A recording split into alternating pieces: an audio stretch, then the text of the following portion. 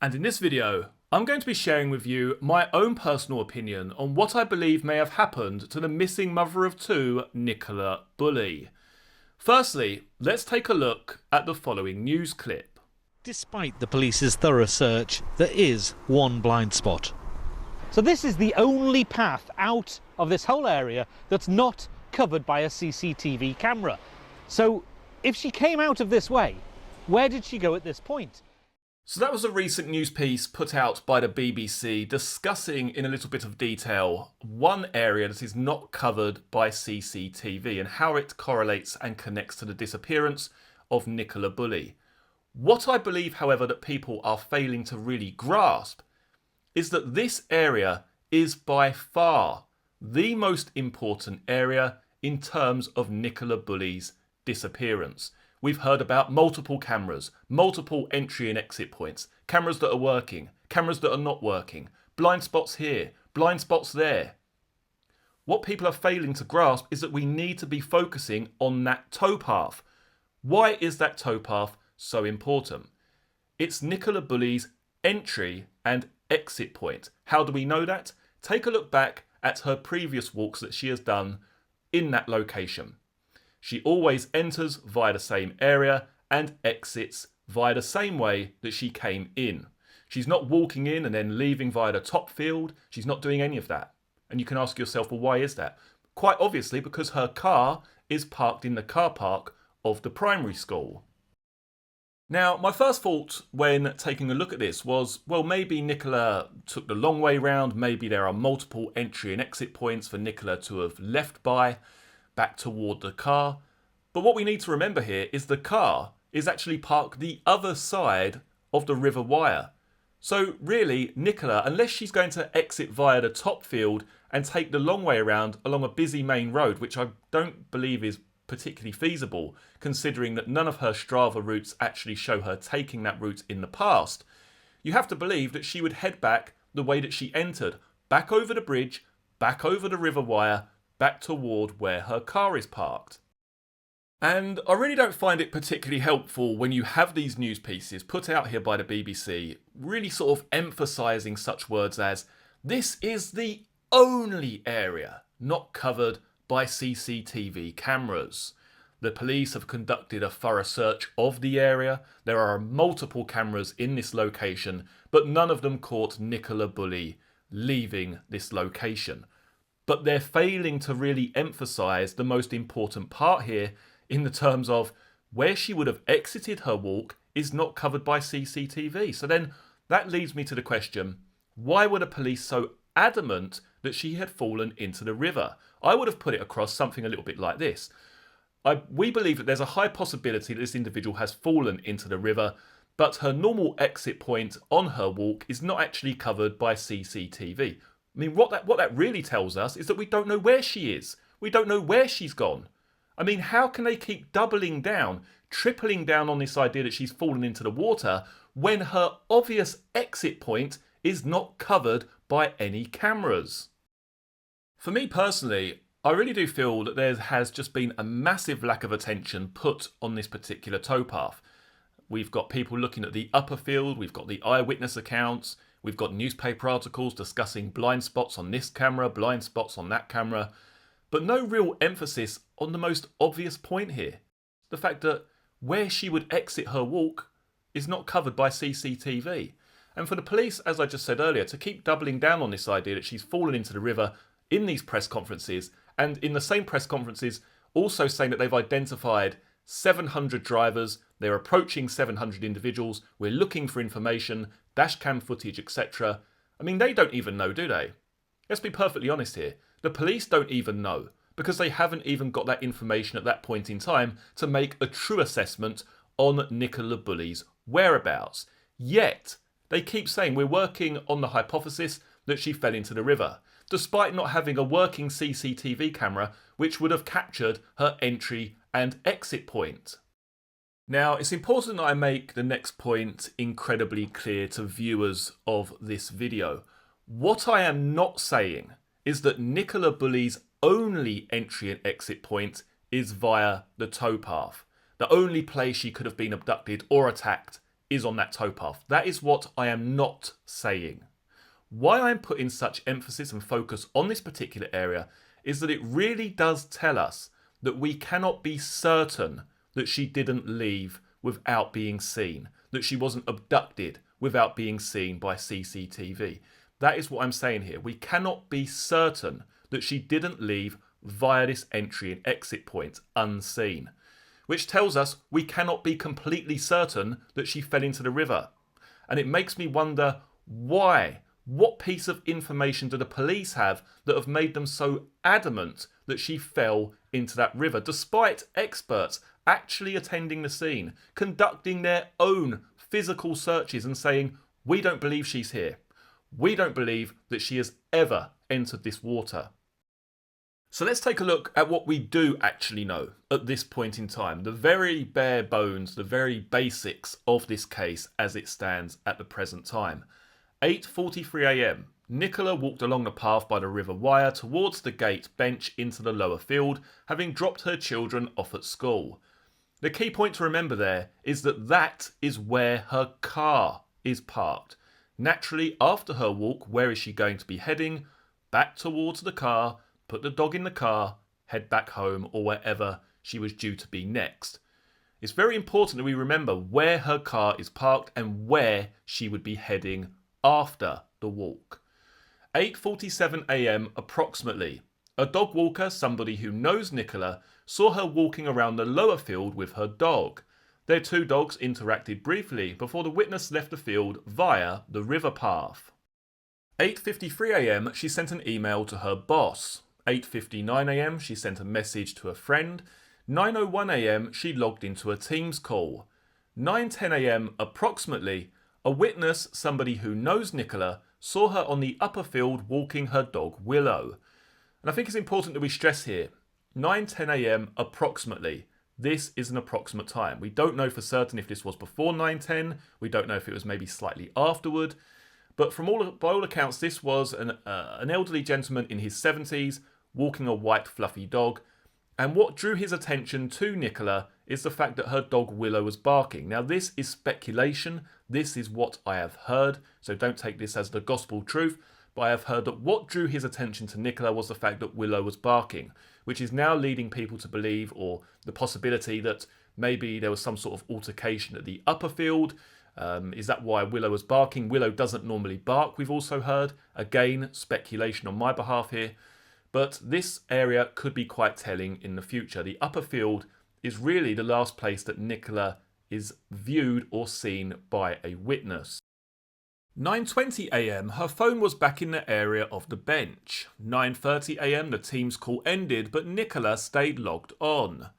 9:33 a.m. approximately, Nicola's mobile phone and Willow were found at a bench by the river by another dog walker.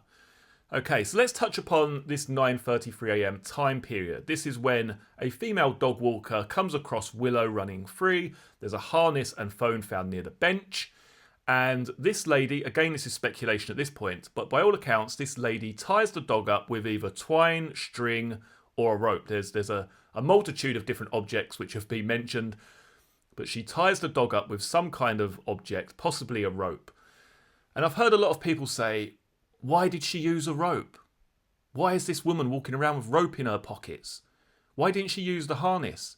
Now to me, I don't put much stock into this. If you think about this logically, this lady, if she is more on the elderly side, let's say, if she came across a dog that's running free and I saw a harness on the floor, bearing in mind I'm not elderly, but I can picture this in my mind. If she comes across Willow running free, there's a harness or some contraption, as she would probably view it, on the floor, along with a mobile phone. And maybe next to the bench there's a piece of string or a bit of rope, whatever. Or maybe she even has this rope in her pocket. And the easiest thing to do for her personally is just to use that string or rope to tie the dog up. I mean, it's that simple. A lot of people, when they see a harness, they may well think to themselves, I'm not going to bugger about with that. You know, I'm just going to use what I've got on me. That was a bit of string there, I'll use that. I don't put too much stock into the fact that she has tied her up here with a piece of string. I think far too much has been read into this. We also need to remember that we're looking at a village here. And this might sound a little bit strange, but I lived in the countryside. I've lived in the countryside. I've lived in a very small village for 10 years. Not anymore, but, a few years ago now. And you're not talking about some bustling metropolis here, some city centre with people walking around in suits or whatever. These country folk, they carry all sorts of stuff in their pockets, you know what I mean? So for her to have maybe a bit of rope, a bit of string in her pocket, particularly if she lives on a farm or somewhere like that, to me, that's not particularly suspicious. There's also the strong possibility that that piece of string or rope or twine or whatever it was that she used to tie Willow up, it could well be that that was just found by the bench. It may have been in the local area, the general area of where these items and the dog were discovered. As I say, I just think too much stock has been put into the fact that this lady didn't use the harness. Personally, I don't think I'd bugger about putting a harness on. If it wasn't my dog, I would just find something that was nearby. Maybe she found it hard to get hold of Willow. We just don't know. There's far too many variables here to put so much emphasis on the fact that this lady has used a piece of string and why has she got string and what is she doing with a rope in her pocket. Just think a little bit too much has been read into that at the current time. But what I want us to focus on here, for me, the most important part of this missing persons inquiry is the fact that we have the phone and the harness located near the bench. But before we get into why I believe the location of her items is so important, let's just do a little bit of a role reversal here for a moment, because a lot of people are focused on the upper field, and for good reason. That is the last known sighting of Nicola Bulley. And many people will say that's the last known sighting, that is where we stop there. We need to find out exactly what took place before and shortly after that sighting. And to that, yes, I would agree. My issue with that, however, is the fact that her belongings are a little bit of a distance away back on the bench. Now, we need to try and understand how she could be abducted or attacked on the upper field, yet her belongings be taken back or end up back on the bench towards the end of her walk. How did that happen? It's not very likely that she's left them there and then continued on her walk to the upper field. I mean, I think we can all discount that. So what are the other possibilities here? I mean, you could say maybe there was more than one attacker. One person put her in a car, another individual took her belongings and put them on a bench. But I just find this a little bit hard to believe, because we're talking about, shortly after 9 o'clock in the morning, a fairly common dog walking spot, broad daylight. Would you really be conducting a crime in this manner? I mean, the picture I get is like, you put her in the car and, I'll just go and put her belongings down by the river. I mean, to me, why wouldn't you just leave them at a closer location to the river? Why would you need to put them on that bench? The bench doesn't really serve a purpose from the perpetrator's perspective. The only real benefit of leaving the items in that specific location from a perpetrator's point of view is the fact that it does have that sign on that tree, doesn't it? Danger, deep water. I mean, if you were going to leave some items in a precarious place, that is the place to leave them. But it wouldn't serve any other purpose other than that. Just to draw attention to the fact that this was a dangerous location, that this lady may have fallen in at a dangerous point in this river due to that, danger, deep water sign which was placed on the tree. I mean, really the only benefit of leaving the items there is, as I say, that sign, the fact that it could indicate if someone comes across these items that the lady has fallen in and drowned at a deep point in that river, which we actually know isn't particularly deep in the first place. What is also interesting is the fact that if she was abducted on the upper field, they could have accessed the edge of the river at a far closer location. So why not leave them on the grass, right by the riverbank? I mean, to me, it doesn't make any sense to cut across from the upper field all the way back to the bench, leave the items there, then go all the way back to the upper field and make your escape. With people walking their dogs, the possibility of people seeing you, to me, that just makes no sense whatsoever. So what are we left with then? We're left with these items found on the bench. We're left with the fact that at 9:20 her phone was back in the area of the bench. The team's call ended at 9:30, but Nicola stayed logged on. So it's really, it's 9:20 to 9:30 when they believe that something took place here. Something took place between 9:20 and 9:30 a.m. For me, personally, if Nicola Bulley has been abducted or attacked, then it would have happened in the general vicinity of the bench. Does that mean right next to the bench? No. That means in the general area, the general vicinity of that bench. If she was indeed abducted, taken away, or attacked, then it happened somewhere close to where those belongings were found. The reason I say that is because it ties in with her normal walking routine. When she would do this walk, she would go to the upper field and then she would end up doubling back on herself at the end of the walk to exit via the towpath back over the bridge. In my mind, what has taken place here, if she has been abducted, and that is a if, she would probably get to that bench, it's time to put the harness on, it's time to maybe put the phone down, she's still on the Teams call, maybe on loudspeaker, maybe she's got earphones in, whatever, maybe she's distracted in some way. But this is the end of her walk. This isn't the start, this is the end of her normal walking routine. Get to the bench, put the harness on, put the phone down, and then maybe something has happened during that time period. This is a critical, absolutely critical area of investigation. The towpath, the fact that no CCTV exists to see Nicola entering or exiting this walk. Also, from the point of view of the perpetrator, I would say it's more likely that they would strike when an individual is distracted by something else. I would find it less likely that Nicola's walking through an open field and someone approaches her from behind out in the open, compared to that of someone who is maybe doing one thing with one hand, trying to put the harness on the dog, maybe got the phone up to the ear with the other hand, maybe bending over trying to get the harness on. She's distracted at that point in time and would afford a perpetrator a window of time in order to strike. I think it's important that we look at this location. It doesn't appear to be particularly closed off. There's quite a few different entry and exit points along that section of the River Wyre in terms of the Wyreside Farm caravan park. Do we know how much CCTV, if any, exists from that particular location?